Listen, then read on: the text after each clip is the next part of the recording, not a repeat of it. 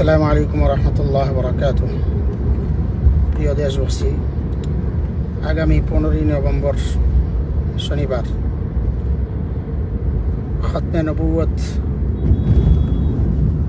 সকল পক্ষের বাংলাদেশের সমস্ত ওলামাদের, সমস্ত ঘরানার ওলামাদের আহ্বানে যে আন্তর্জাতিক খতমে নবুয়ত মহাসম্মেলন হচ্ছে, কাদিয়ানীদের সকল কার্যক্রম বন্ধ এবং কাদিয়ানীদেরকে নিষিদ্ধ ঘোষণার দাবিতে